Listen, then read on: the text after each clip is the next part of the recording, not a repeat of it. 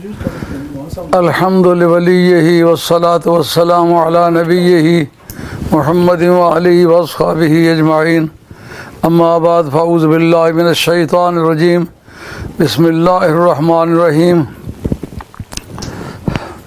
ما کان لکم ان تؤذوا رسول اللہ ولا ان تنکحوا ازواجہ من بعدہ ابدا صدق اللہ مولانا العظیم وبلغنا رسولہ النبی الکریم ونحن علی ذلک من الشاہدین والشاکرین والحمد للہ رب العالمین والصلاة والسلام علیک یا سیدی یا رسول اللہ وعلی آلک واصحابک یا حبیب اللہ والصلاة والسلام علیک یا سیدی یا رسول اللہ وعلى آلك وأصحابك يا حبيب الله والصلاة والسلام عليك يا سيدي يا رسول الله وعلى آلك وأصحابك يا حبيب الله. معزز علماء کرام، پیران طریقت، انڈیا سے، پاکستان سے، کشمیر سے اور انگلینڈ سے تشریف لائے ہوئے علماء کرام کا دل سے شکر گزار ہوں کہ انہوں نے ہماری دعوت کو یہ اعزاز بخشا. اللہ کریم انہیں جزائے خیر عطا فرمائے. آج کی اس محفل میں ڈاکٹر اشرف آصف صاحب جلالی نے جو جرأت بے جیا کا ارتکاب کیا ہے اس پر تبصرہ تمام علماء کرام نے کیا ہے. ذرا اس بات کا بھی اندازہ کریں کہ انہوں نے ہر اس آدمی کو یا شیعہ یا رافضی یا گمراہ یا صحابہ کا گستاخ کہنے کی جسارت کی ہے، لیکن ہمارے علماء میں سے کسی نے ان کو خارجی یا ناسبی نہیں کہا. اس کا مقصد یہ ہے ہم تمام عالم اسلام کو اکٹھا رکھنا چاہتے ہیں، تمام مسلمانوں کو ایک دوسرے کے بارے میں شکوک و شبہات پیدا کر کے انہیں بکھیرنا نہیں چاہتے. اس میں سب سے پہلی بات جو انہوں نے کہی ہے کہ جناب سیدہ نے جو باغ فتح مانگا یہ ان کی خطا تھی. اس لیے سب سے پہلے ایک عالم دین کی حیثیت سے ان سے درخواست کروں گا کہ اس پر غور کریں. یوصیکم اللہ فی اولادکم للذکر مثل حظ الانثیین. یہ آیت جو ہے یہ عام ہے، جب تک اس کی تخصیص کی کوئی آیت یا حدیث نہیں آتی اس وقت تک باغ مانگنے میں کوئی خطا تسلیم نہیں کی جا سکتی. جس وقت وہ مانگنے گئی ہیں اس وقت اس کا عموم اور اطلاق عام تھا، اس پر کوئی پابندی نہیں تھی. جب اس پر پابندی نہیں تھی تو مانگنا گناہ کس طرح ہوا، خطا کس طرح ہوا؟ ایک بات. دوسری بات، جب جناب سیدہ نے اس کی ڈیمانڈ کی انہوں نے جواب میں ایک حدیث سنائی کہ جو سرکار نے فرمایا ہے نحن معاشر الانبیاء لا نورث ما ترکنا صدقہ. ہم جو نبیوں کی جماعت ہیں ہم کسی کو وارث نہیں بناتے، کوئی ورثہ نہیں دیتے، جو کچھ ہم چھوڑیں وہ صدقہ ہوتا ہے. یہ خبر واحد تھی. خبر واحد پر جناب سیدہ کا خاموش ہونا، اصولیوں کے قانون کے مطابق اس پر غور کرو. خبر واحد کو قبول کر لینا ایک اور بات ہے، لیکن ایک ایسی خبر واحد جو عام کتاب اللہ کی تخصیص کا باعث ہو، کیا وہ قابل قبول ہوتی ہے؟ سرکار نے خبر واحد قبول فرمائی ہے. جیسا کہ ام عطیہ نے کہا کہ یہ جو گوشت میں آپ کی خدمت میں پیش کر رہی ہوں یہ صدقے کا گوشت ہے. سرکار ماں لکے صدقاتن ولنا ہدیۃ، یہ تمہارے لیے صدقہ ہے، ہمارے لیے یہ ہدیہ ہے. حضرت سلمان فارسی نے کھجوریں پیش کی، پوچھا یہ کیسی ہیں؟ انہوں نے کہا یہ صدقے کی ہیں. سرکار ہم نخلو معاشر الانبیاء لا نتقبل صدقہ، ہم جو نبیوں کی جماعت ہیں ہم صدقہ نہیں قبول کیا کرتے. اور دوسرے دن وہ کھجوریں لائے، پوچھا یہ کیسی ہیں؟ انہوں نے کہا یہ ہدیے کی ہیں، آپ نے وہ قبول کروا لی. تو یہ ساری حدیثیں خبر واحد ہیں، سرکار نے ان کو قبول کر لیا. یہ خبر واحد کی مثال ہے، لیکن یہ حدیث کسی سے ٹکراؤ نہیں کرتی تھی. یہ جو ہے کہ ہم جو نبیوں کی جماعت ہیں ہم جو چھوڑیں وہ ورثہ نہیں بنتا، وہ صدقہ ہوا کرتا ہے. یہ عام کتاب اللہ کی تخصیص کی آیت حدیث ہے. آج جمہور اہل سنت کے ہاں کہ ایک خبر واحد عام کتاب اللہ کی تخصیص کر سکتی ہے یا نہیں؟ کتاب اللہ کا جو عام ہے وہ خاص ہو سکتا ہے کہ نہیں؟ جناب سیدہ کی خاموشی نے اصولیوں کو اور فقہا کو، مجتہدین کو یہ قاعدہ فراہم کیا، آج تک ایک خبر واحد اسے نہیں کہتے جو صرف ایک راوی ہو، جب تک وہ حد تواتر کو نہیں پہنچتی اس وقت تک خبر واحد ہے۔ اس جگہ خبر مشہور کا اطلاق بھی نہیں آتا، اس لیے کہ خبر مشہور جو خصوصیت ہے تابعین کی، اب وہ صحابہ کا زمانہ ہے، تو صحابہ کے زمانے میں وہ حد تواتر کو نہیں پہنچی تھی، اس لیے 2 4 10 20 بھی اگر اس کی روایت کریں تو پھر وہ خبر واحد ہی رہے گی۔ خبر واحد کے ذریعے سے عام کتاب اللہ کو خاص کر دینا، اس کے لیے بنیاد اگر فراہم کیا تو سیدہ نے کی ہے۔ اس کا مطلب یہ ہے کہ اس جگہ خاموش ہونا سیدہ کا لا علمی کی وجہ سے نہیں تھا، کمال علم کی وجہ سے تھا، وہ سرکار کی بارگاہ کی پروردہ تھی۔ اب اس جگہ بات غور کے قابل یہ ہے، اگر یہ خطا ہوتی تو سب سے پہلے جناب ابو بکر صدیق کو اس کا پتہ ہوتا، جو مجتہد بھی ہیں، فقیہ بھی ہیں۔ احکام کا فیصلہ کرنا فقیہ اور مجتہدین کا کام ہے، تو جب تک کوئی آدمی درجہ اجتہاد پر فائز نہ ہو، جب تک وہ فقیہ نہ ہو، جب تک وہ مجتہد نہ ہو، اس کو خلیفہ نہیں بنایا جایا کرتا۔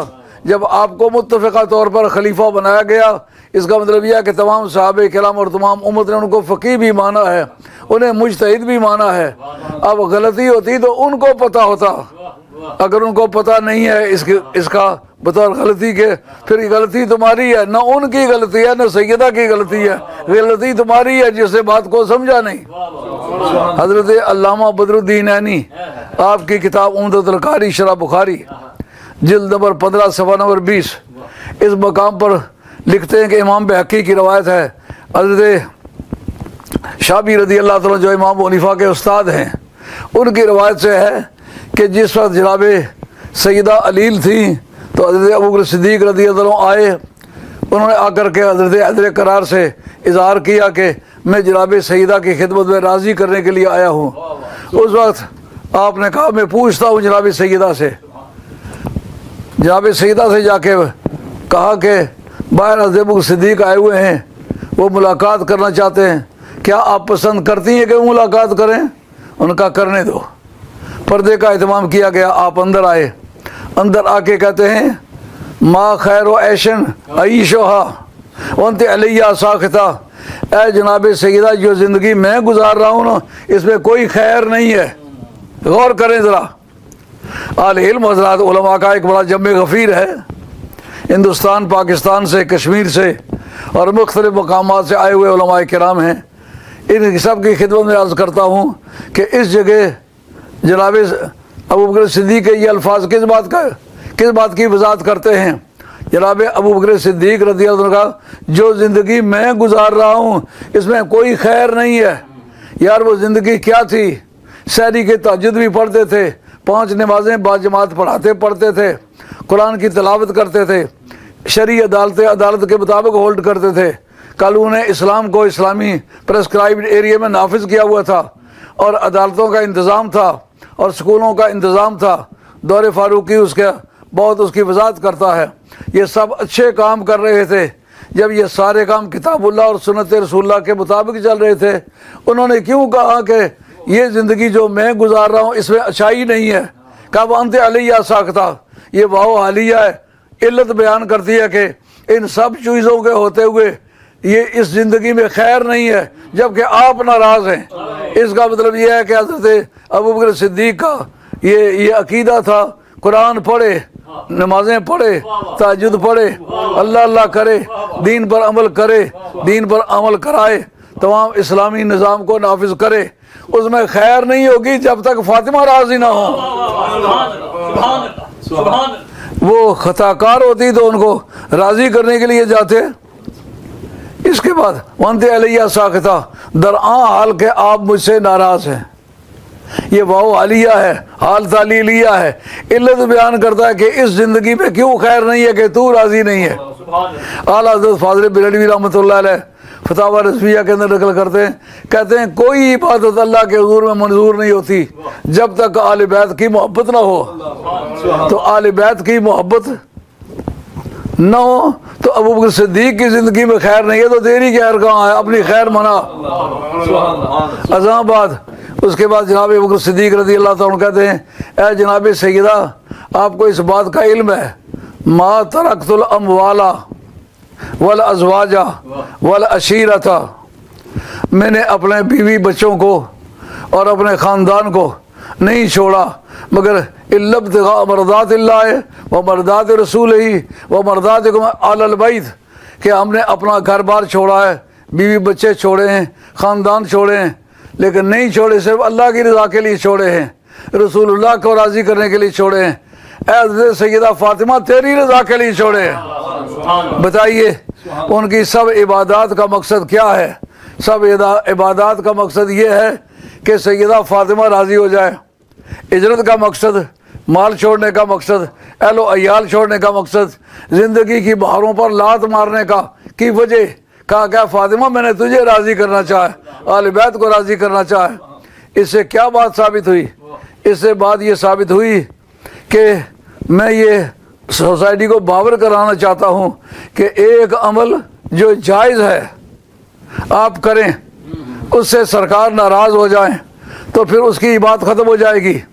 میں نے یہ فیصلہ کیا ہے، میں نے اس فیصلے میں محسوس کیا کہ آپ کی طبیعت آزردہ ہوئی ہے، تو مجھے آپ کو سابقہ سرکار کی زندگی سے یہ بات پتہ چلی۔ ابو جہل نے جب اپنی لڑکی حضرت مولا مرزا کو دینا چاہی، فرمایا جب تک فاطمہ تیرے نکاح میں موجود ہے کوئی دوسری بیوی کرنا تیرے لیے حرام ہے۔ قرآن کہے فَانكِحُوا مَا طَابَ لَكُم مِّنَ النِّسَاءِ مثنى وثلاث ورباع، کہ تم ایک شادی کر سکتے ہو، دو کر سکتے ہو، تین کر سکتے ہو، چار، یعنی مباح ہیں، مگر مباح کام اس وقت منع ہو گیا جس وقت کہ سرکار کی اذیت کا سبب بنا۔ تو جب خطا کی نسبت سرکار کی طرف کی ہوگی سرکار خوش ہوئے ہوں گے۔ اب یہ سمجھو کہ اگر سرکار کے صاحبزادی مبارکہ کو اگر کہہ دیا جائے ان کی خطائی، اس سے سرکار کو کوئی اذیت نہیں پہنچی، اس کو سرکار کو کوئی دکھ نہیں پہنچا، ایذائے رسول نہیں ہوئی، نہیں میں ثابت کرتا ہوں ایذائے رسول اس میں ہے۔ نکاح مباح تھا مگر جس وقت سرکار کی اذیت کا سبب بنا اس وقت حرام ہو گیا۔ جناب اس وقت حضرت ابوبکر صدیق نے سوچا میرا فیفضہ جو ہے یہ اگر سیدہ کی اذیت کا باعث بنا ہے تو میں اس کو راضی کر کے اس کو لیگلائز کروں گا۔ جناب اس سیدہ کے بارگاہ میں گئے، اس جگہ اس حدیث کا معنی ثابت ہوتا ہے جو سرکار ابوبکر صدیق کی ذات پاک فرماتے ہیں، بخاری کے متن کے اندر ہے، ارکبو محمدن فی آل بیتہ ہی، تو نبی کریم علیہ السلام کو بیچ میں رکھ کے سرکار کے آل بیت سے سلوک کیا کرو۔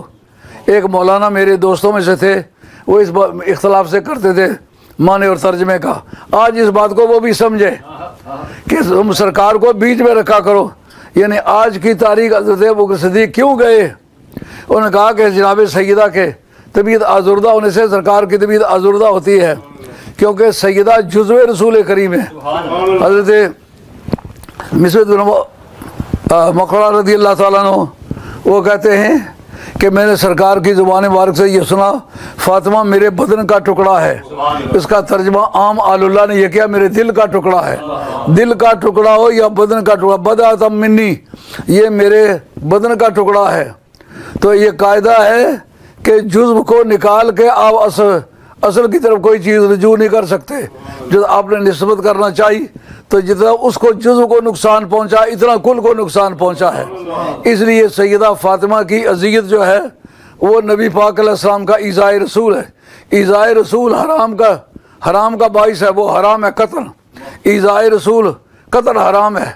عیب کی نسبت سرکار کی طرف کرنا، علامہ عینی آپ کی کتاب عمدۃ القاری شرح بخاری ان کے جلد دوئم اس کا صفحہ نمبر 20 اس کے اندر کہتے ہیں ہم وہ مسلمان ہیں جو سرکار کے بولو براز کو ناپاک نہیں کہہ سکتے، حرام نہیں کہہ سکتے، عیب نہیں لگا سکتے۔ ایک صحابیہ نے نبی پاک علیہ السلام کے پچھنے کا خون کو تھا، اس نے وہ پی لیا، حالانکہ خون ہر شخص کا عیب ہے اور پلید ہے، لیکن سرکار نے فرمایا اب تجھے دوزخ کی آگ نہیں چھو سکتی، تیری باڈی میں میرے بدن کا خون چلا گیا ہے۔ جب ایک عام انسان کے بدن میں خون جائے تو اس پر دوزخ حرام ہو جائے، تو جو سرکار کے خون سے ہی پیدا ہوئے ہیں ان کے بارے میں کیا خیال ہے؟ اب ان کو اذیت پہنچائی جائے تو پھر سرکار کو اذیت پہنچی کہ نہ پہنچی؟ سرکار کو اگر اذیت پہنچی تو قرآن کہتا ہے ما کان لکم ان تؤذوا رسول اللہ ہے، تمہارے لیے حلال ہرگز نہیں ہے کہ تم رسول کو اذیت پہنچاؤ، اور نہ یہ بات تمہارے لیے جائز ہے کہ حضور کے ازواج مطہرات کے ساتھ تم دیر یا سویر سے تم ان کے ساتھ نکاح کرو۔ نبی کریم رؤوف الرحیم صلی اللہ علیہ وسلم کی ذات پاک کی طرف کوئی بات ایسی منسوب کرو جو ان کی شان کے لائق نہیں ہے، وہ ان کی اولاد کی طرف بھی منسوب مت کرو، اس لیے کہ سرکار کی اولاد جزو رسول پاک ہے، تو جزو کو جو عیب دیا جائے وہ کل کی طرف جاتا ہے۔ اس لیے جس نے خطا کار کہا ہے سیدہ کو، اس نے براہ راست نہیں لیکن بالواسطہ حضرت نبی کریم علیہ السلام کو خطا کار کہا ہے، اس سے اس پر توبہ واجب ہے۔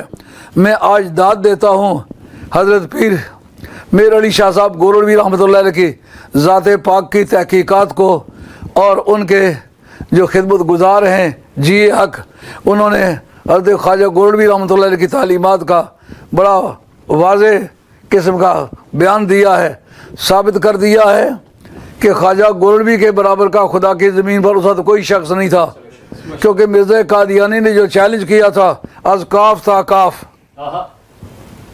دنیا کے ایک کنارے سے لے کر دوسرے کنارے تک، اس میں شیعہ سنی وہابی چکڑالوی پروازی اور بریلوی دیوبندی سب کو للکارا تھا، مقابلے میں کوئی نہ گجا سکا تھا۔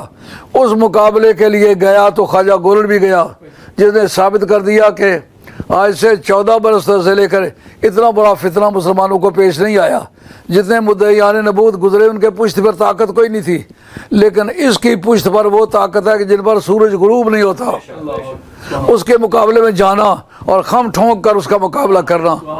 اور پیر جماعت علی شاہ صاحب محدث علی پوری رحمۃ اللہ علیہ، اللہ آپ کو غریق رحمۃ اللہ درجات بلند فرمائے، تا دم آخری ان کے کندھے کے ساتھ کندھے ملا کے کھڑا رہے اور اس میدان کے سر ہونے تک ان کا ساتھ دیا۔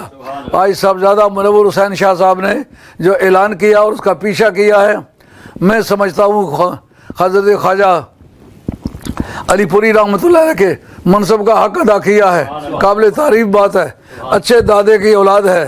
اس نے وقت آئے پر جس طرح کے خواجہ گورلوی کا ساتھ انہوں نے دیا تھا، انہوں نے خواجہ گورلوی کے فتوے کا ساتھ دیا ہے۔ اللہ کریم سید منور حسین شاہ صاحب کے علم و فضل میں اور مزید برکت فرمائے۔ اسی طریقے سے باقی علماء کرام نے جو ان بیانات دیے ہیں قابل صد تعریف ہیں، اور انشاءاللہ العزیز میں آئندہ جمعہ پر اس کا اہتمام کروں گا کہ یہ جتنے جمعے آ رہے چند ایک، ان میں حضرت سیدہ کے فضائل و کمالات بیان کر کے الزامات تراشنا جو ہے یہ ہمارا مذہب نہیں ہے۔ جب تک تحقیق نہ ہو جائے، یعنی یہ جملہ جو انہوں نے کہا ہے یہ ایسا سخت ہے کہ جس بندے نے ان کو خارجی بھی کہا ہے، ناسبی بھی کہا ہے، میں سمجھتا ہوں وہ مجبور ہے یہ کہنے کے لیے، اس لیے کہ خارجیوں میں کوئی ایک ایسا شخص نہیں گزرا کہ جس نے کہا وہ حضرت سیدہ خطا پر تھی۔ حضرت مولا مرزا کے کفر تک وہ پہنچ گئے، جناب سیدہ کی شان میں انہوں نے کوئی حقیر جملہ نہیں بولا۔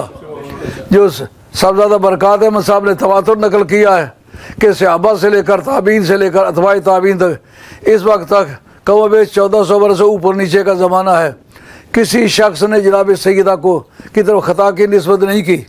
اس کو آپ سمجھتے یہ قرآن کی آیت نہیں ہے، یہ حدیث نہیں ہے، یاد رکھیں یہ تواتر ایک ایسی چیز ہے جس سے قرآن کا قرآن ہونا ثابت ہے۔ کس کے پاس اس کی شہادت ہے کہ میری موجودگی میں جلد حالت میں قرآن مجید سرکار کی بارگاہ میں آیا؟ کس طرح مانتے ہو یہ وہی قرآن ہے؟ تواتر ہے اس پر۔ کس طرح مانتے ہو کہ یہ روزہ کریم سرکاری دو عالم علیہ السلام کا ہے مدینہ طیبہ میں، یہ سرکاری کا روزہ ہے؟ یہ تواتر سے ثابت ہے۔ تواتر بھی شرع میں دلیل ہے، اس کو یہ سمجھنا یہ دلیل نہیں ہے۔ تو 1400 برس کے ہیر پھیر میں اگر کسی ماننے والے یا منکر کسی نے بھی جناب سیدہ کو خطا کار نہیں کہا تو معلوم ہے یہ 1400 برس کی جو منکروں کی دیوار تھی اس کو بھی پھاند کے پار ہو گئے۔ اس وقت جو بھی آدمی ان کے حق میں جیسے بھی کوئی نامناسب بات کرتا ہے وہ اپنے دیانتداری کے ساتھ سوچے۔ ہم نے کوئی جملہ ان کے عزت و آبرو کے خلاف نہیں کیا، مگر اس جگہ جن لوگوں نے ان کے مذمت کی ہے، سب سے پہلے لاہور کی جو ایسوسیشن ہے، لا ایسوسیشن بار نے ان کے خلاف مذمت کی قرارداد پاس کی ہے۔ اس کے بعد کشمیر نے کی ہے۔ کشمیر کا مزاج بڑا حساس ہے۔ آپ کو شاید یہ بات یاد ہو یا نہ ہو کہ ختم نبوت پر جو بحث ہوئی تو پاکستان نے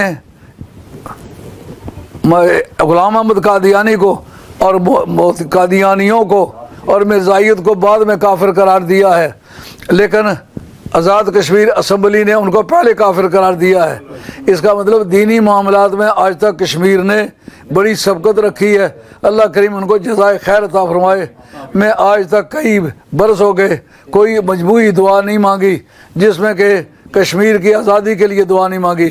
مسلمانوں سب سے درخواست کرتا ہوں جس طرح بھی جانتے ہو کشمیر کی آزادی کے لیے جان مال کی خدمات پیش کرو، ان کے ساتھ دلی ہمدردی کرو۔ آج آزاد ہو یا کل ہو، انشاءاللہ کشمیر نے آزاد ہونا ہی ہونا ہے۔ تو پھر جو آدمی اس بارے میں خاموش رہے گا خدا کی بارگاہ میں پکڑا جائے گا۔ اس لیے کہ پڑوسی ملک جس کا بارڈر ملتا ہو ان پر جہاد اسی طرح فرض ہو جاتا ہے جس طرح ملک کے اندر رہنے والوں پر فرض ہے۔ یہ تو قابل مطالعہ کے اندر یہ بحث موجود ہے۔ ابن رشد نے بدایت المجتہد و نہایت المقتصد کے اندر لکھا ہے۔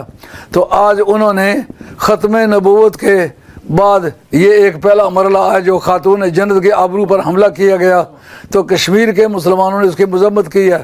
پاکستان کی جو بار ایسوسی ایشن ہے اس نے بھی قرارداد مذمت پاس کی ہے، اور جو ناموس توہین رسالت کا قانون ہے اس کا سیکشن ہے 295.C، اس کے مطابق پاکستان کی بار نے بھی ان کے خلاف کیس فائل کر دیا ہے۔ انشاءاللہ العزیز اس وقت جو آگے کیس چلے گا اس کی وجہ یہ کہ جو گناہ ہیں وہ توبہ سے معاف ہوتے ہیں، جو جرم بھی ہو اور گناہ بھی ہو وہ توبہ سے معاف نہیں ہوتا۔ ایک قاتل قتل کر دے یہ گناہ بھی ہے یہ جرم بھی ہے، پولیس کے آنے سے پہلے کہے میں نے توبہ کر دی ہے تو پولیس اس کو چھوڑے گی نہیں، اس لیے کہ توبہ سے تو گناہ معاف ہوں گے، اس کا فیصلہ قیامت والے دن ہوگا، لیکن جہاں تک جرم کا تعلق ہے سزا ہوگی۔ تو یہ سرکار کی اور اہل بیت کی شان میں گستاخی کرنا یہ گناہ بھی ہے اور جرم بھی ہے، اس لیے اگر توبہ بھی کر ڈالے تو یہ پھر بھی کلپیبل ایکشن ہے، قابل مواخذہ عمل ہے، اس پر وکلا کہتے ہیں ہم پھر بھی پیچھا کریں گے۔ اللہ میرا اور آپ کا خاتمہ سچے دین پر کرے۔ میں ان تمام علماء کرام کا جو ہندوستان سے بیجاپور سے سید تنویر حیدر اور جو مارہرا شریف سے سید سبتین حیدر، انہوں نے سیدہ کی حمایت پاک میں اپنے اپنے بیانات بھی دیے ہیں، اور آج کے اس اجتماع میں بھی شمولیت کا وعدہ کیا ہوا ہے، وہ انشاءاللہ تشریف لائیں گے۔ تو اسی طریقے سے جہانگیر عالمگیر بادشاہ جو اشرفی خاندان میں سے ہیں، جو ناگپور میں تشریف رکھتے ہیں، وہ بھی آج کے اس اجتماع میں شریک ہے۔ میں ان سب کا شکر گزار ہوں جو پاکستان سے علماء کرام تشریف لائے ہیں، جو گورا شریف سے شیخ عبدالحمید صاحب تشریف لائے ہیں ان کا بھی شکر گزار ہوں، اور دربار عالیہ گورا شریف کے تعاون کا بھی شکر گزار ہوں کہ انہوں نے ہمارے ہر موڑ پر ہمارا ساتھ دیا ہے۔ خدا تعالیٰ ان کے نظام خانقاہی کو دینی دنیاوی عظمت کو دن بدن روح و ترقی رکھے، اور خواجہ گولڈوی کا خاندان کو اللہ تعالیٰ جائز قدری اور عمر خضری عطا فرمائے۔ وما علینا الا البلاغ المبین، وآخر دعوانا ان الحمد للہ رب العالمین برحمتک یا ارحم الراحمین۔